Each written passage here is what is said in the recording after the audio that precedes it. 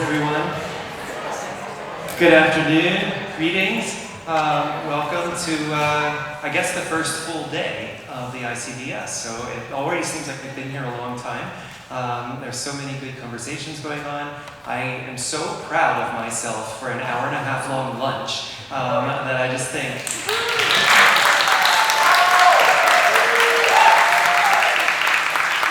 I mean, if you're gonna brag, that's a pretty good one, right? So we have that. I just have two quick announcements, and then we're gonna hand it over to Marlies to introduce our keynote.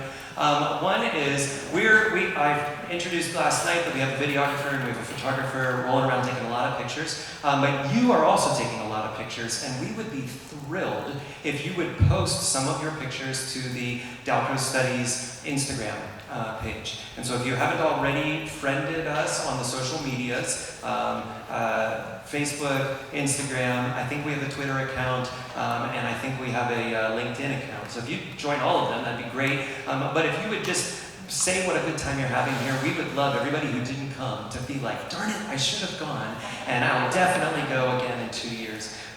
We want to celebrate the good things that we're doing together, and we would like to be able to look back and see all the candid photos that you took, and all the things that you thought were extra exciting. That's be a nice way for us to see that. Danny, I see you. Now I remember. I knew there was a third thing I was supposed to say. Danica has a session. Just stand up and say it, Danny, really loud. Hi. Should I say anything? Yes, say what you want to say. Hello. I'm doing a workshop tomorrow at, I think, 5:30 something. Dan Choker. But I am going to be working on partnerships between sound and movement. So if anyone is an instrumentalist and has an instrument that they want to bring to the session, you're welcome to bring it, and we'll probably use it. That's it. That's it. So if you have an instrument with you of any sort, it doesn't have to be an orchestral instrument. If you have an instrument with you and you would like to attend Danny's workshop, please bring the instrument with you. Excellent. Like a small percussion thing, like literally anything would go. And then lastly, in your packets, in your little folders, in your bags, is what we've called the ICDS6 exercise, which is a little piece of paper folded in half with Post-it notes in it. And we want to encourage you to have the Post-it notes out every session you go to, and just try to think of little notes that you might write. They could just be 2 words. They could be 5 words. You could think this is very profound. You could think this is very obvious. But the idea is we're going to try to just tease the last little bit of extra research out of each of the presentations. So they'll make their presentation and you think, this made me think of this, and maybe it's a big deal, maybe it seems very obvious to you. But if you would be willing to just be generous enough to write a couple words down and then stick it on the poster in the hallway, those different presenters will get just one little bit more data out of their participation here. And so we're hoping that maybe you would be willing to do that. And that's it. Welcome. Again, if you need anything, come and find us at the table. And now I introduce Marlies Mujizers.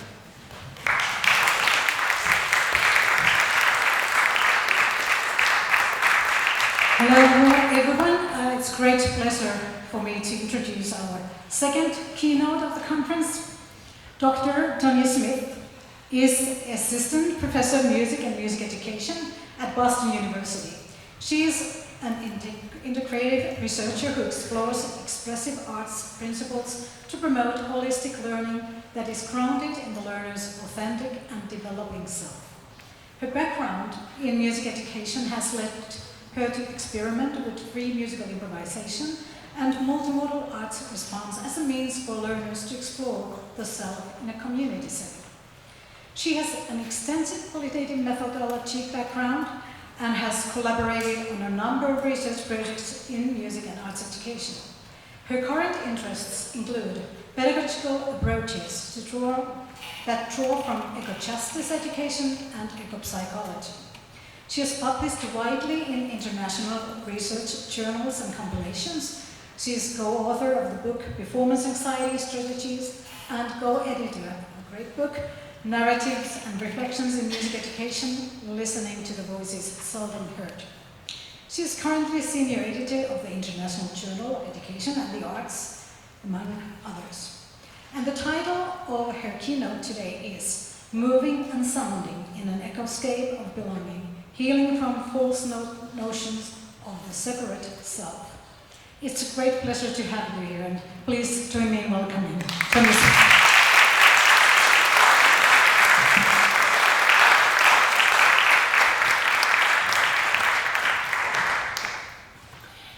Thank you for the invitation to share some ideas with you and to attend this lovely conference. Conferences can be a vital form of self-care, and I hope my talk will provide such self-care. Before I go further, I want to thank each of you for the care that you so generously share within the social and biological ecosystems, which you are a necessary part. Without you, those systems would be weaker and less vibrant. There would be less joy, hope, safety, stability, and much less for your students and colleagues to be grateful for.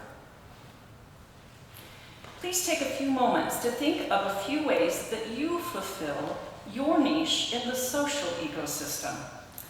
What roles do you fulfill? Who counts on you at work, at home, and in the community?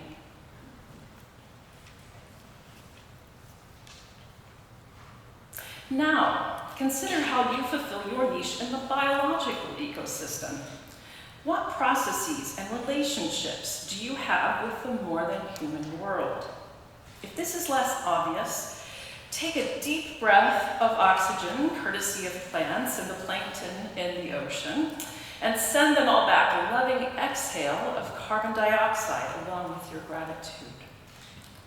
Perhaps you have a relationship with a favorite tree, your houseplants or a garden, your pets, or the birds, reptiles, and mammals that visit your yard or a nearby park. If not, then you can thank the 38 trillion bacteria that live mostly in your digestive tract, who are now dutifully working on your behalf to digest your lunch. When we pause to consider our relations within the social and the biological webs, it's easier to realize that each of us matters over and over again in the scheme of the whole. We absolutely belong, whether we feel a sense of belonging or not. Now, as we were reflecting, did anyone's inner critic show up? When I asked you to exhale carbon dioxide, did anyone feel despair because of the buildup of greenhouse gases in our atmosphere? Did anyone feel skeptical when I said that those with whom you work would feel less grateful without your presence? Did anyone feel worried that their contributions seem lacking to meet today's challenges? Did anyone feel more alone than ever when I said that you absolutely belong? Well, I hear you. Similar thoughts pass through my mind. These thoughts come from living in what Joanna Macy refers to as the industrial growth society. These thoughts reflect the societal values that we are bombarded in media sources of all sorts. But such ideas are false and cause us to live in unsustainable ways. That our world is structured around unsustainable ideas is something that many of us are becoming more aware of. At some level, we know that many aspects of our lives cannot continue indefinitely as they are. So by that definition, they are unsustainable. Unsustainable systems and practices are doomed to collapse, and so it is inevitable that they must either be transformed into sustainable ones or allowed to disintegrate so that new sustainable structures can take their place. I'm going to make a perhaps dangerous assumption that most of us want to live in a sustainable world, live a sustainable life, and are willing to work toward that end. However, I want to honor that it is challenging to show up at our best every day in a world that is undergoing such a huge state of transition. It is disorienting. There are many losses to grieve, sometimes of things that we hold quite dear.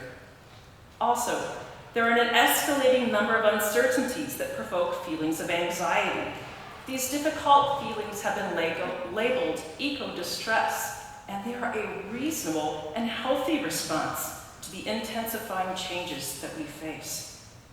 To maintain our mental well-being under such conditions, it is important to take more time to care for ourselves and our communities, more time to self-regulate and to co-regulate, more time to self-resource and to co-resource.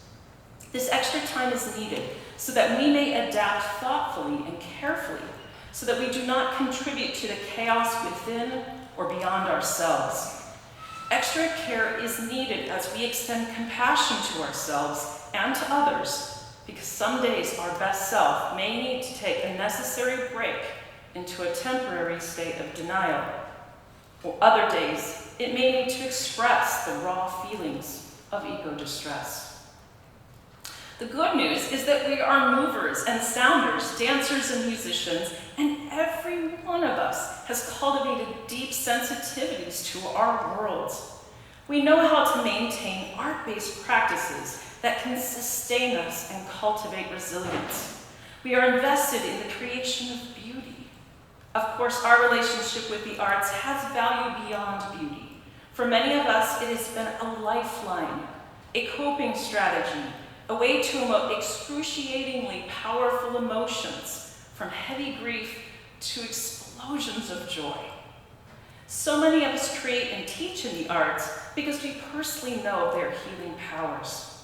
Although we certainly need the power of beauty when there is so much ugliness in the world, it is the healing element of the arts that we may find necessary in ways more profound than ever in the days and years ahead. It is for this reason I've written about how our roles as teachers and artists likely need to shift as our society adapts to the collapsing of all that's unsustainable and makes room for new lifeways that are. It is for this reason that today I will focus on the ways that we might heal by transitioning away from harmful ideas and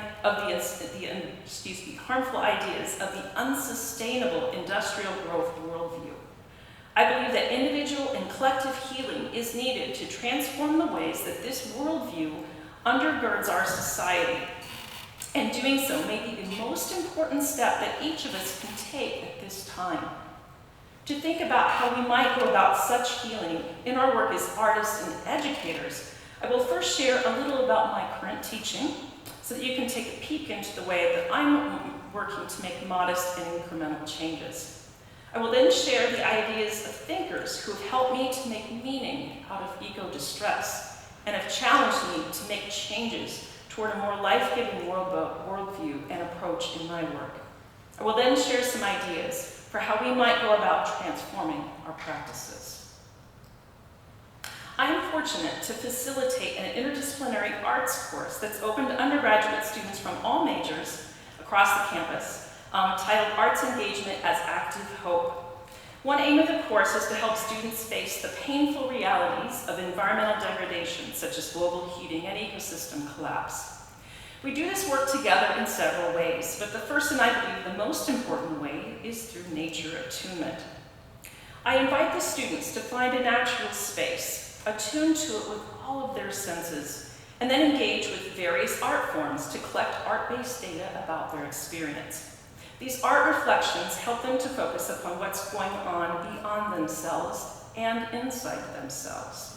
I keep this activity open so that maybe, just maybe, the students will notice that there really isn't an inside and an outside unless we choose to experience it that way. We discover together that our body is like a cell and the whole of the body of the earth. Our skin is like the cell membrane, but just like a cell, we can only exist within the holding environment of the whole, as our bodies constantly recycle air, food, and water. To the extent that our sensory capacities are functioning fully, we register what is going on beyond our bodies, but feel those things keenly within them. Once the students have attuned, I invite them to consider the relative health of the ecosystem. I ask them to notice what sounds, movements, scents, and colors and textures say about the place. I ask them to consider if they feel more or less healthy when they are in that space. The students create 5 artifacts, such as drawings, videos of sound or movement improvisations, photos, poems, etc., to tap into their nonverbal ways of knowing. I then invite them to write reflections to translate as best they can their nonverbal ideas into words. I explain that nature attunement is important because the earth cannot say, "Hey, stop it, you're hurting me." Well, of course, as Dave pointed out last night in Rick's poem, if we listen, we can hear that. But when we attune, we can notice plants with diseased leaves, the absence of birds or insects, and we can smell the smoke of distant wildfires. I invite you to take 45 minutes or an hour during your downtime here at the conference to try a nature attunement activity. I will share a QR code at the end of the talk that will take you to my slide deck and these instructions. I'd love to hear from you what you noticed during your attunement. Oops. During the weeks that the students complete the attunement exercises, we also learn about self, community, systems, and resource sustainability. And I ask the students to consider what is unsustainable about the world as it is today. We start with self-sustainability, and the students identify many things in their daily life that they could not maintain indefinitely without harming their health. They notice that they routinely overshoot their body's capacities or fail to self-resource in terms of getting enough rest, exercise, or nutrition. Take a moment now to consider how you resource yourself. In what areas are you currently overshooting your capacities and depleting your reserves? Just notice, please don't judge. We will come back to this in a moment. When the students and I discuss community sustainability, they find it relatively easy to identify unsustainable aspects of the groups in which they participate. This often leads into political discussions about access, equity, and social privilege. There is overlap between discussions of community and system sustainability because the students point out how many of the dominant culture groups have largely dictated the systems of which we now contend. So I invite you to consider the cultural and community groups that you are a part of and the systems, structures, and policies that undergird them. Which groups ensure that everyone can participate and that no one person is overworked? Which groups have policies that ensure that people can participate with the fluctuating energy that they bring to the organization? Which organizations are fiscally responsible? Which adapt to remain viable in relation to the changes taking place within a larger society? Many of us find that we participate in groups or systems that are not sustainable. If our goal is to live in a self-sustainable way, we must work with like-minded others to transform unsustainable organizations into sustainable ones, or if that is unlikely or impossible, we must choose to opt out and instead participate in organizations committed to sustainable practices. If we don't, our goal to live sustainably is unlikely to be achieved if we are mired in unsustainable systems. The problem is that most of us participate in a legion of unsustainable systems. Perhaps the most challenging task of our time is to transform those groups or systems which are salvageable or unplug one by one from those which are not. Is there an organization or system that you need to unplug from or perhaps transform by enforcing healthy boundaries that protect your ability to live in a self-sustainable way? Think back now to how you are depleting your reserves. Are you finding it hard to self-resource because you are participating in groups with unsustainable expectations or policies? If so, can you give yourself some grace to step back and reassess your involvement? If not now, sometime in the future? The fourth type of sustainability is resource sustainability. The students and I rarely need to discuss this type because they are keenly aware that our society routinely overshoots the Earth's capacities related to multiple resources. However, by the end of our conversations about sustainability, the students realize that all four types of sustainability are intricately interconnected like a web. Consider one resource that you are using at a rate that is unsustainable. Are you using this resource faster than it can be replenished because you are operating in unsustainable ways in your personal or communal life? or because the policies and structures that order your life demand that you do so? The students point out that when we are honest about the answers to these questions, that the answer is likely yes, which is why I encouraged you earlier not to judge yourself.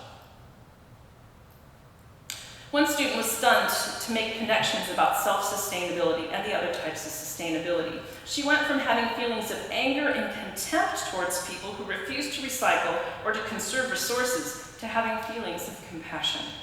She realized that low and middle income earners are often too busy working multiple gig jobs or lack the financial resources to make different choices. She noticed that the systems that exploit workers are the same that cause people to engage in unsustainable practices. She also realized that many unsustainable systems were put into place by those who intend to extract wealth and human labor for personal gain. She explained, "We all live in a big and tangled mess." As an outgrowth of these conversations, some students get very frustrated that they individually cannot untangle the big mess when they realize that the changes we need to make must happen simultaneously at the self, community, systems, and resource levels. This is a difficult realization because to get into university, they had to maintain a laser focus upon individual achievement and a competitive mindset to get into the school of their choice.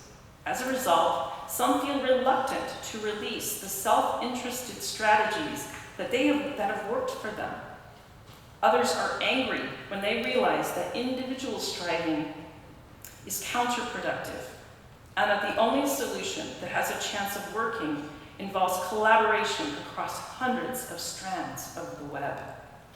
They are angry because they understand that they are ill-prepared for the immediate future, and as are the adults that they look up to for mentorship. They see that many of us are too busy maintaining the unsustainable systems that we have inherited to notice the impending collapse. The eco-philosopher Joanna Macy states that the self-interested and separate self is a byproduct of the industrial growth worldview. Our culture has taught us to be consumers more than citizens or even humans. We have learned that it's acceptable for a privileged few to have more resources than the many, and we've been duped into believing that if we work hard or smart enough, that we can be one of the lucky ones who are not left behind as we all compete against one another to the race to the top. Even for those of us who actively resist such notions, it feels impossible to escape the economic and social systems which have been built upon such ideas. And so, the isolated or separate self learns to be self-focused, self-serving, and to prioritize individual concerns over those of the community just for survival. But as we explored earlier, most of us now realize that we are living unsustainably in all areas of our lives. Tragically, our navigation with the industrial growth worldview has prevented us from understanding that we belong in real and tangible ways in relations to millions of biological processes and within thousands of strands of social relations. We believe we are alone, but that has never been the case. To move beyond this destructive worldview, Joanna Macy suggests that we cultivate an ecological self that has a wider sense of identity and understand that one's self-interest includes that of the more than human world. In other words, the ecological self identifies simultaneously as Earth and community. The ecological self understands that they belong to both, or even that they belong as both. I believe that a turn to the ecological self could help us to reconnect to our sense of belonging with one another and with the earth. Doing so might help us to heal the scars that we have incurred from having lived in such an isolated way, segregated from one another and the more than human world. Fortunately, we have a choice to maintain the isolated self or to cultivate an ecological self, and likewise, to engage in art and learning approaches that reinforce the isolated self or help us to grow into an ecological self. I focus the remainder of my time now upon how we might go about doing just that. In their book, The Future We Choose, Surviving the Climate Crisis, Figueres and Rivett-Carnac predict two futures. If we continue to live unsustainably, they predict societal collapse. However, if we adopt sustainable and restorative practices, they believe that we have time to ensure a future for human civilization. To realize the second possibility, they say that we must embrace a radical shift in our thinking. They write, "To survive and thrive, we must understand ourselves to be inextricably connected to all of nature. We need to cultivate a deep and abiding sense of stewardship. This transformation begins with the individual. Who we are and how we show up in the world defines how we work with others, how we interact with our surroundings, and ultimately the future we co-create." To do this, they suggest we adopt three mindsets: stubborn optimism, endless abundance, and radical regeneration. To embody stubborn optimism is to reject denial, pessimism, and attitudes of blame or helplessness that interfere with our ability to create a better future. To adopt a mindset of endless abundance, we must reject a zero-sum mentality based upon competition and scarcity, and instead strengthen our capacity to provide mutual assistance in times of crisis and to work collaboratively to create abundance. And to embrace the notion of radical regeneration, we must reject the colonial discourse of extraction and exploitation, and instead embrace a regenerative attitude that acknowledges that we are dependent upon and interconnected with one another and the planetary life support system. So then, as we consider our vulnerable future, it is logical that we as educators and artists choose to adopt such mindsets. I hope that you will bring your ideas for how we could do so to the talk. In addition to adopting new mindsets, another way that we might cultivate an ecological self is to disrupt the thinking and corresponding behaviors that are destroying both people and planet. In their book, Ecojustice Education, Martuzowicz, Edmondson, and Lupinacci put forth a pedagogy of responsibility that aligns with this aim. They suggest that we recognize the roles of language, dualism, and hierarchized thinking, which lie at the foundation of our current industrial growth worldview, especially the value hierarchies that position one side of a dualism as superior to the other. For example, man superior to women, culture superior to nature, reason superior to emotion, mind superior to body, etc. These value hierarchies create an invented superiority that goes unquestioned. For example, in the arts, the labeling of some art as high art and other genres such as popular, folk, or indigenous art has traditionally positioned some art forms as superior to others, and as a result, we fail to recognize that each genre has a unique system for determining quality and value within the ecosystem it emerged. What if instead of comparing genres, we valued each for holding a unique and precious niche within the cultural ecosystem? What if we could appreciate the qualities of each in terms of its rightness of fit, instead of through the false hierarchies determined by those with the most power? The problem with false hierarchies is that they form logics of domination that uphold power over and controlling mindsets which have justified class, gender, and race inequities, as well as ecological devastation.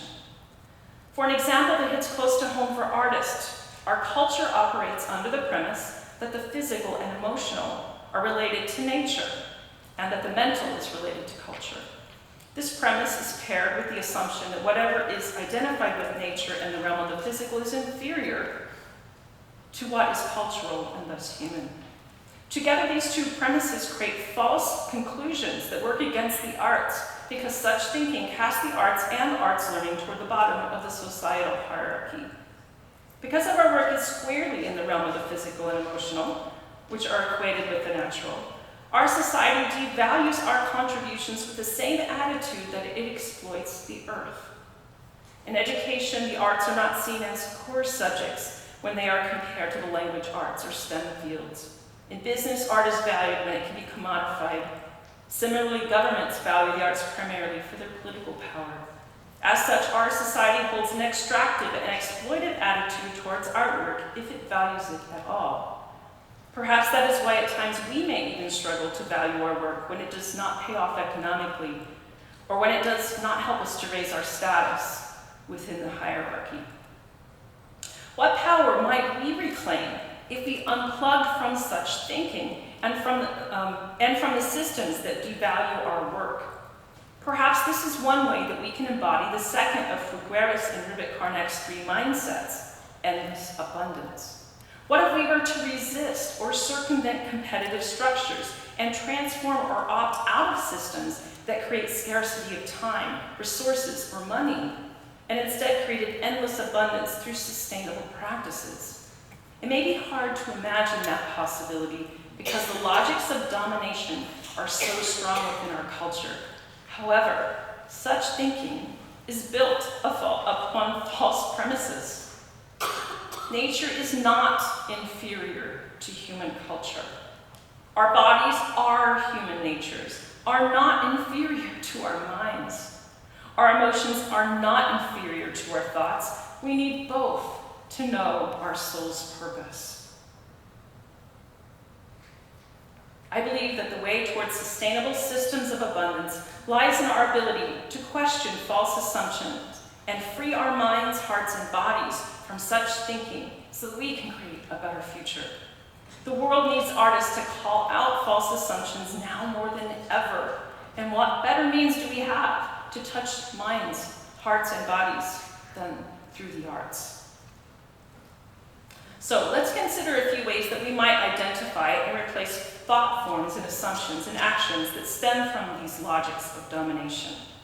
Mujizers and al. Explain how common ideas such as individualism, mechanism, progress, rationalism, commodification, consumerism, anthropocentrism, androcentrism, and ethnocentrism are harmful to people and planet. These ideas inform arts education in ways that we are just now awakening to as a profession. Because I have already spoken about the dangers of individualism, let's consider a few other isms.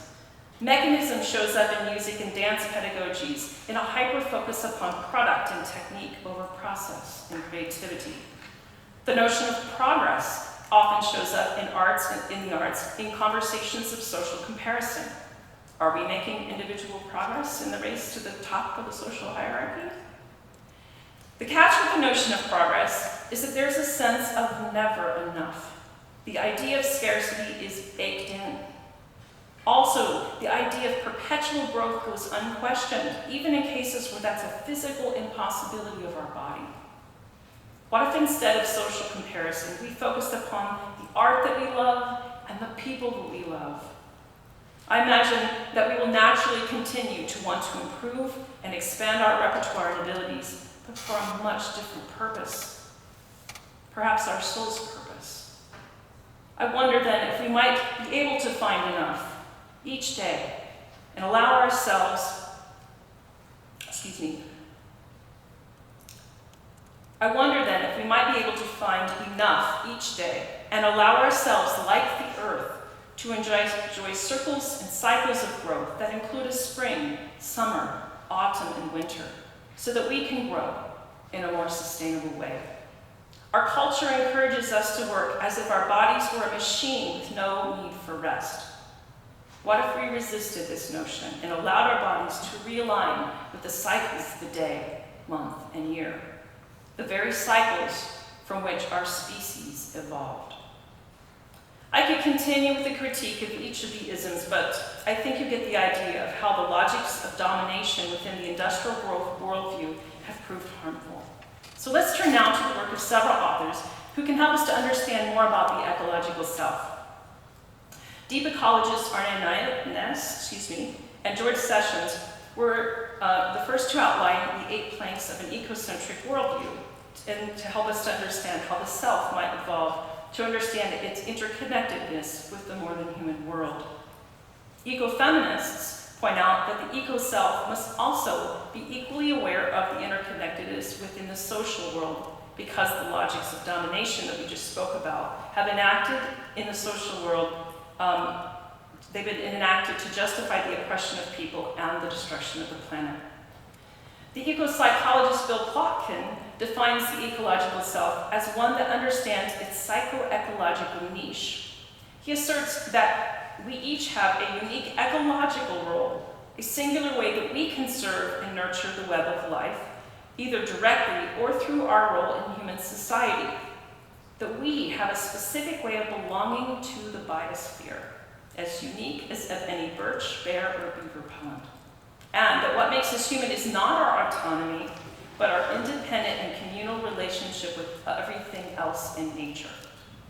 That is to say that the ecological self knows that it belongs to the earth, it identifies as earth, and is both nourished by and responsible to the earth at the same time.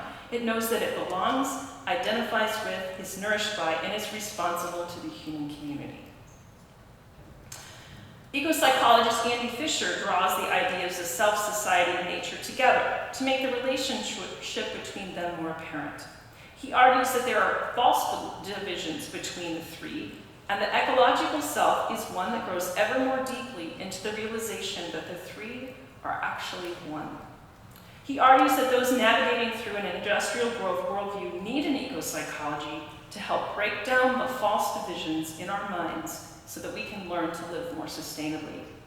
So how in the world do we do that? Well, I've been working on this project a bit, and here's what I can share so far. In my first published writing on the topic, Spiraling to Life, Listening and Sounding Toward a Life-Sustaining Society, I share how I turned to music to fortify my personal growth towards an ecological self. At the time that I wrote it, I had just begun to realize how grave our predicament is, and I realized that I needed to do something about the knot in my stomach, which only later I would learn was eco-distress. I had read Joanna Macy and Chris Johnstone's book, Active Hope, How to Face the Mess We're In with Unexpected Resilience and Creative Power, as well as Molly Brown and Joanna Macy's The Work That Reconnects. In these books, they point out that numbing out and deadening ourselves is a coping strategy that many of us turn to in difficult times. They encourage arts engagement as an antidote. So I was inspired to turn to music, my primary modality, to self-resource for the difficult work ahead. In the book, The Work That Reconnects, Brown and Macy suggest that there are three stories at play at this time. The business as usual narrative is maintained by the industrial growth society, and the plot of this perspective is to get ahead or even profit from unsustainable practices. The second narrative is the Great Unraveling, which is the story of scientists and activists who point out the danger of unsustainable practices. The third narrative is the Great Turning. It's the story of those who acknowledge the great unraveling of all that's unsustainable, but wish to work together with others to create a sustainable future. The Work That Reconnects is an entire book of activities designed to support the ecological self as it prepares to join in the Great Turning. Macy and Brown suggest that the process of the Great Turning can be conceived of as a spiral with 4 phases. The first phase, coming from gratitude, involves centering in our love for life on Earth, which David modeled beautifully for us last night. The second is honoring our pain for the world, where we honestly acknowledge the feelings we're having about the suffering of others and the destruction of the natural world. The third, seeing with new eyes, is an opportunity to expand our awareness related to all aspects of the world, as well as to past and future generations. So expanding our experience of time and place. The fourth phase, going forth, is characterized by inspired actions that are aligned with one's unique situation and gifts, their sole purpose. The overall spiral is intended to heighten awareness, to help individuals face difficult issues without going into denial or numbing out, to reclaim blocked energy so that it can be redirected towards informed action, and to help individuals discern their strengths and situatedness so that they are better prepared to embrace their unique role in the Great Turning. As I worked through the 4 cycles, I rediscovered that music had helped me to attune and integrate myself within the natural world. It helped me to express gratitude for the earth and to provide a container for the grief and fear that I feel when I honor my pain for the world. In adapting Macy and Brown's focus upon seeing with new eyes, I found it was also possible to hear with new ears when I attune musically with the natural soundscape. I also found that songs of commitment and action could help me to strengthen my resolve and clarify my mind and heart upon life-sustaining actions. Therefore, I believe that listening to human and more than human sources of music and sound and active music making can both serve as an intentional healing practice and a mode of empowerment as we face the immense challenges of our uncertain future on Earth. With the work of Joanna Macy in mind, one question that we might explore together during the talkback is how we as artists and educators might position ourselves within the project of the Great Turning. In my second writing, Music Education for Surviving and Thriving, I considered 4 ways that music educators might support the developing ecological self. And I adapt those ideas here because they can be readily applied to a more interdisciplinary approach. I propose that we expand our purposes to intentionally include the fostering of a child or an adult's sense of wonder in nature, the cultivation of our senses, psycho-spiritual well-being, and soul-centric maturation. The first, fostering a sense of wonder in nature, is an important way for children to maintain their identity as Earth, and for adults to reconnect to such an understanding. Because the human inclination to make music and dance was once inspired by our nonverbal dialogue with nature. Engaging in activities that help us to dwell in the wonder of nature may be an especially powerful tool to heal our sense of belonging with the natural world. Conversely, attunement activities in nature may help us to sharpen our senses so that we may be more attuned in music and dance. Richard Louv, the author of The Last Child in the Woods and Vitamin N, cautions us that spending most of our day indoors and in a technologically focused way may be causing our senses to atrophy. Assuming that's the case, nature immersion activities where we co-teach along with nature may be the most efficient way for us to sharpen our senses and enhance our abilities in the arts. The third, psycho-spiritual well-being, was certainly on my mind as I wrote during the pandemic. Because I also conduct research related to mental health, trauma-informed pedagogy, and well-being in music education, I was well aware of the youth mental health crisis that started prior to the pandemic, as well as the need for formal schooling to be transformed to better support trauma-affected learners. There is not time today to go into the many reasons that young people are presenting with mental distress. However, it is clear that a business-as-usual attitude within learning environments is no longer working when so many students show up with mental distress severe enough to interrupt or even curtail their learning. Earlier, I asked if any of the systems in your life were unsustainable.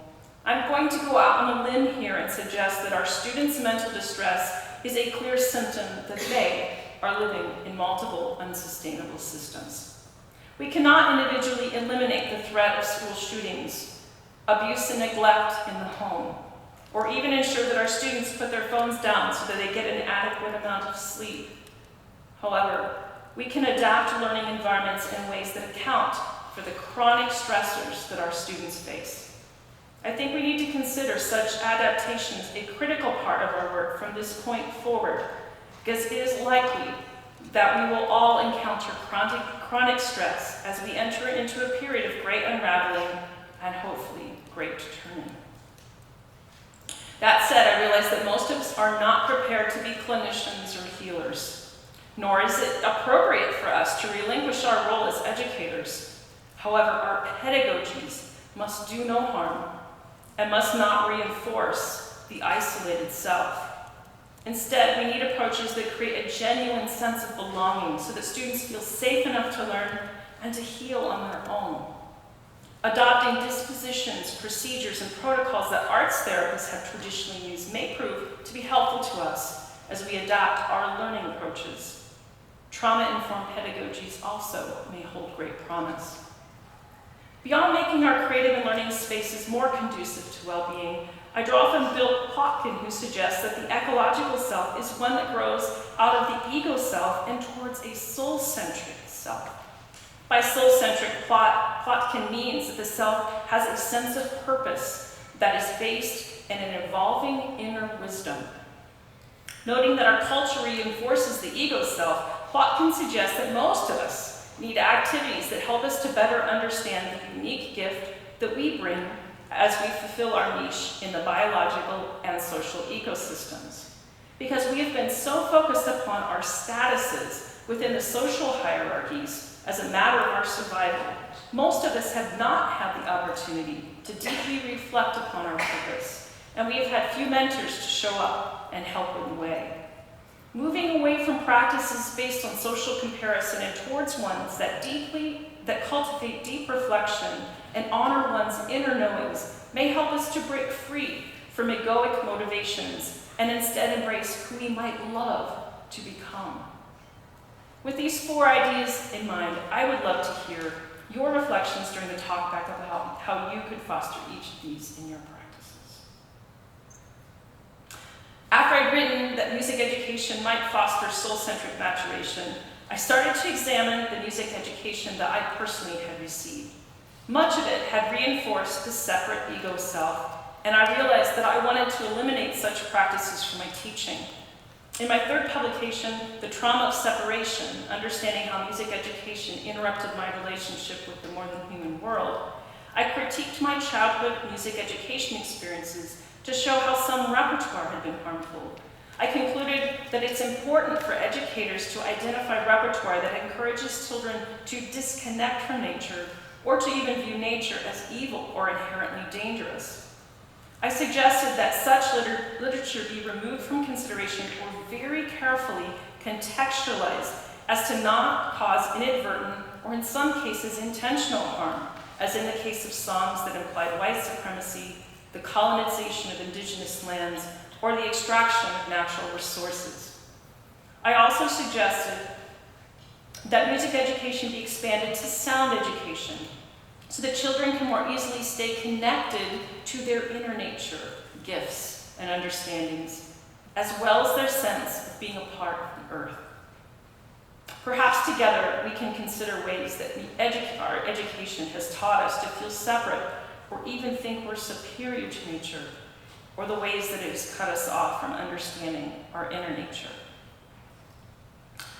In the soon-to-be-published Oxford Handbook of Care and Music Education, edited by my colleague and partner Karen Hendricks, I offer a chapter titled Caring with the Earth, Community, and Co-Learners for the Health of Biological, Social, and Musical Ecosystems.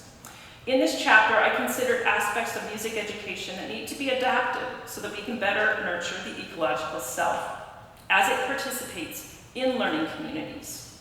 I expanded upon Hendricks' suggestion that in addition to caring for and about our students, that we might also care with them, to eliminate power over relations and notions of superiority or inferiority between teacher and student. I critiqued teacher as hero and salvation narratives and point out that these come from the very value hierarchies and the logics of domination that are embedded in the industrial growth worldview. I proposed that the focus of education might shift to help learners identify their unique niche within the biological and social ecosystems. I suggest that we can do this by establishing just, peaceful, and life-giving relations between individuals, among groups, and within a complex web of social and physical relationships. I explained that learning to occupy one's niche in the musical ecosystem requires discernment of how much space one needs to thrive, as well as the importance of sharing space and resources. Musically, it means learning when to listen and when to play, when to solo, and when to accompany. I also discussed how decentering cultural norms and embracing a pluralistic education can help us to see ourselves within a web of relations rather than occupying a rung in a singular hierarchy. I suggested that doing so might free us from deficit thinking and help us to see the value of our own unique contributions as well as those of others. These are matters of social justice and sustainability. During the talkback, I would enjoy learning from you the ways that you care with your students. Ooh. Did it go away? Okay.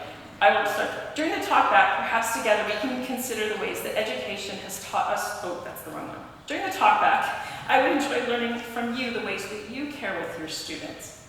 How might you further adapt to decenter norms and disrupt hierarchies so that everyone might know and be honored for their contributions within the web of relations in your classroom?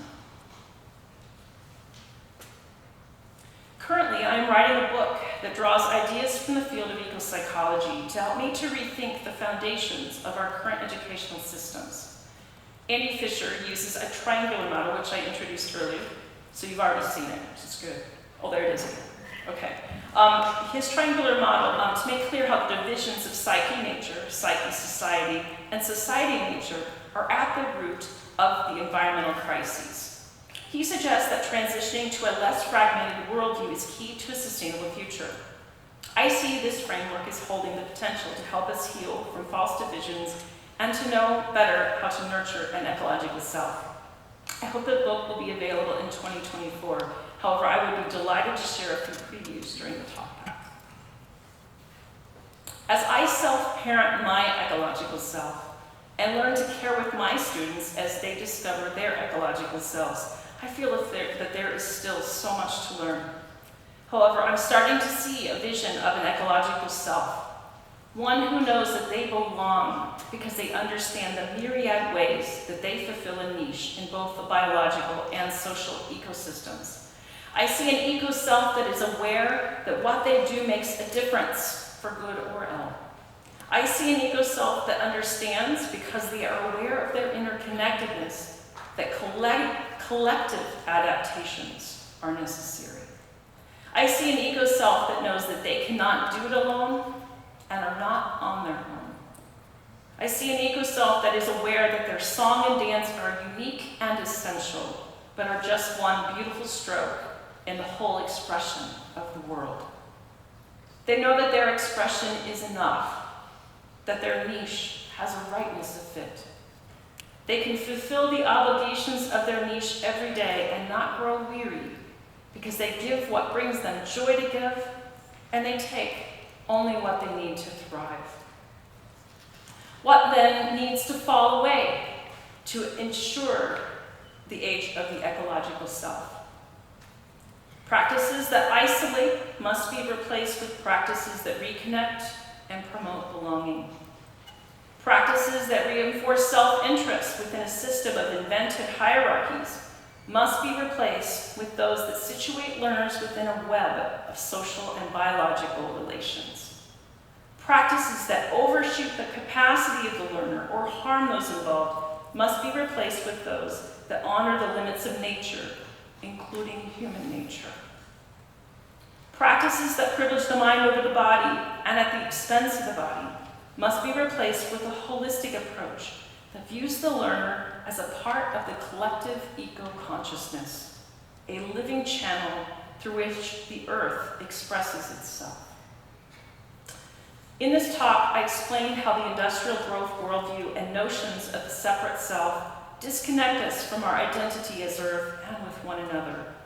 I offered a critique of practices, language, and structures that separate and harm us, and offered ideas for expanding, creating, and strengthening sustainable and life-giving ones.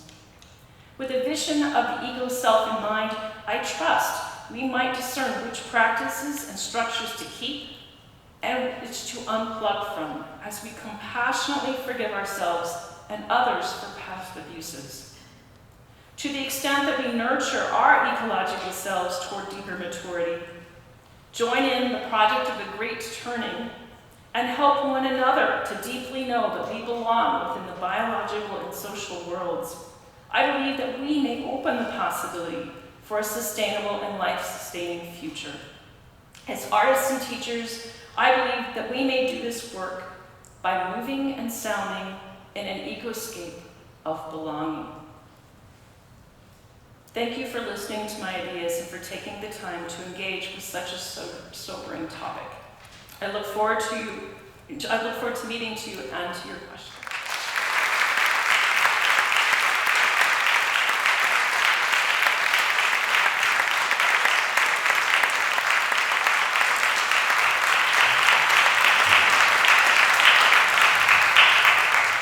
Thank you, Tawnya, so much for a very clear and thought-provoking thought. You made us critically reflect on our choices and practices, but also kind of shaped possible paths forward. So thank you for that. We can take about 5 minutes for some questions and comments, because we can go like 10 minutes over the time with the performance that is still coming. So we have still like 5 minutes for comments. Any questions from the audience? You're welcome to come here to use the microphone or just raise your voice.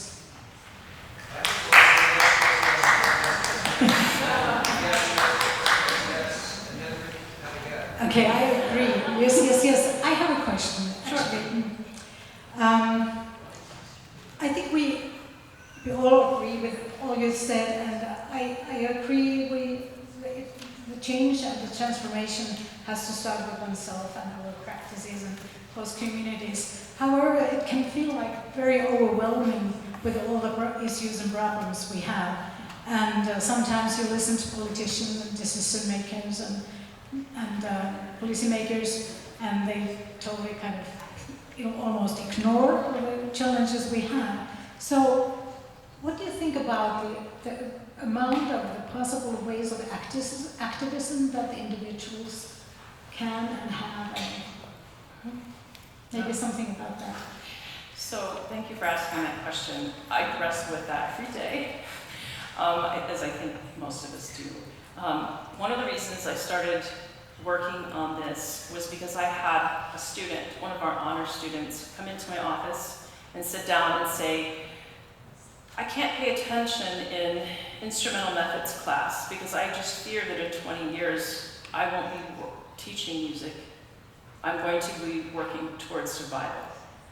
And my heart sinks all the way through the floor because, she said what I was feeling. And so I realized that, and I had another student who's an amazing elementary teacher say to me, I think I'm going to quit and go, farm, organic farming.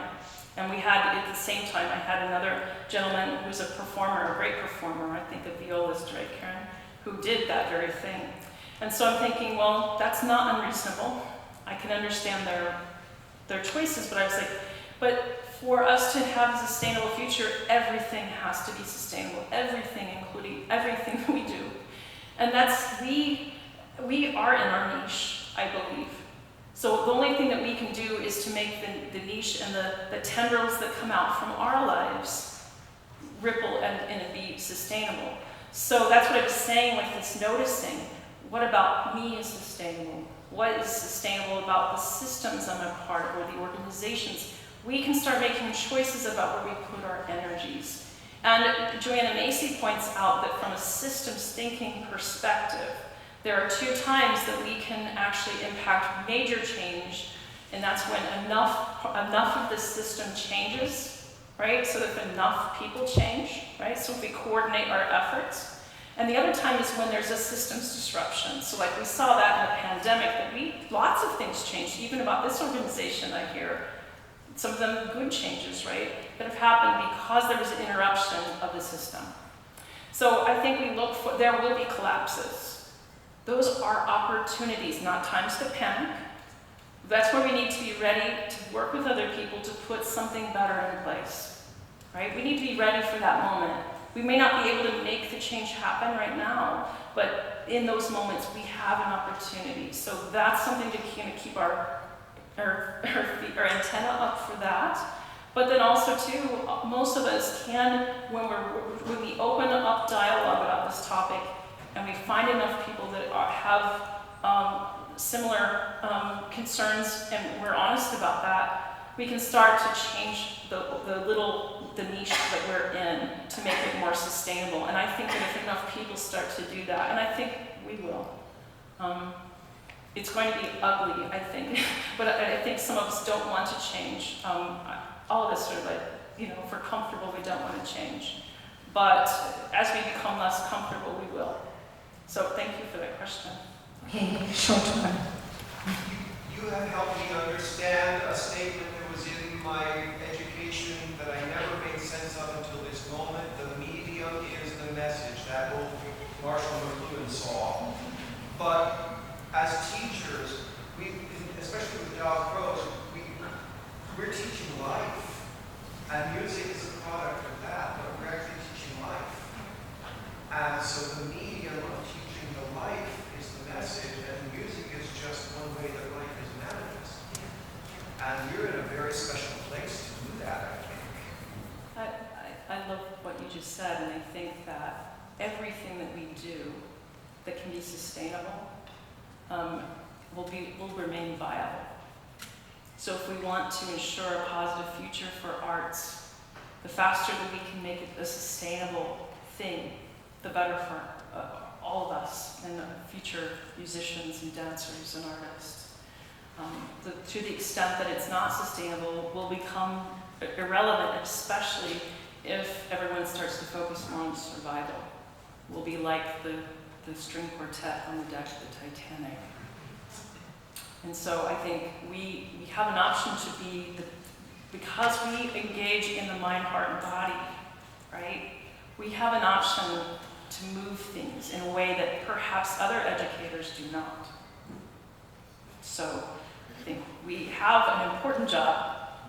Our niche is an important one, and we should never forget that. You're welcome to continue the discussion later in the afternoon across the corridor room 202. 102. Sorry. So one more. Please give hand.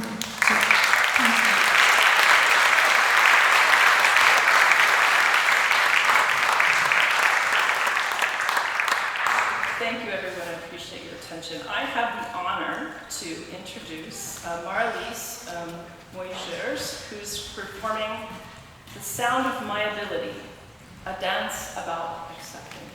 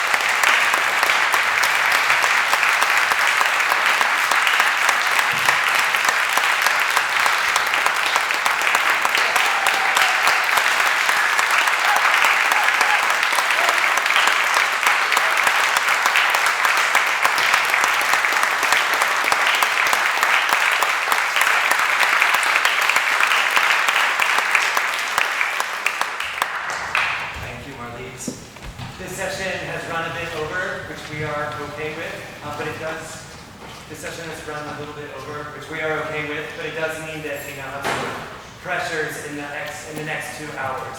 So please go directly to your next session. Be patient with everybody who's there as it gets going, and little by little we'll have to try to make up these couple minutes before the end of our day. So do your best and be kind. Thank you so much.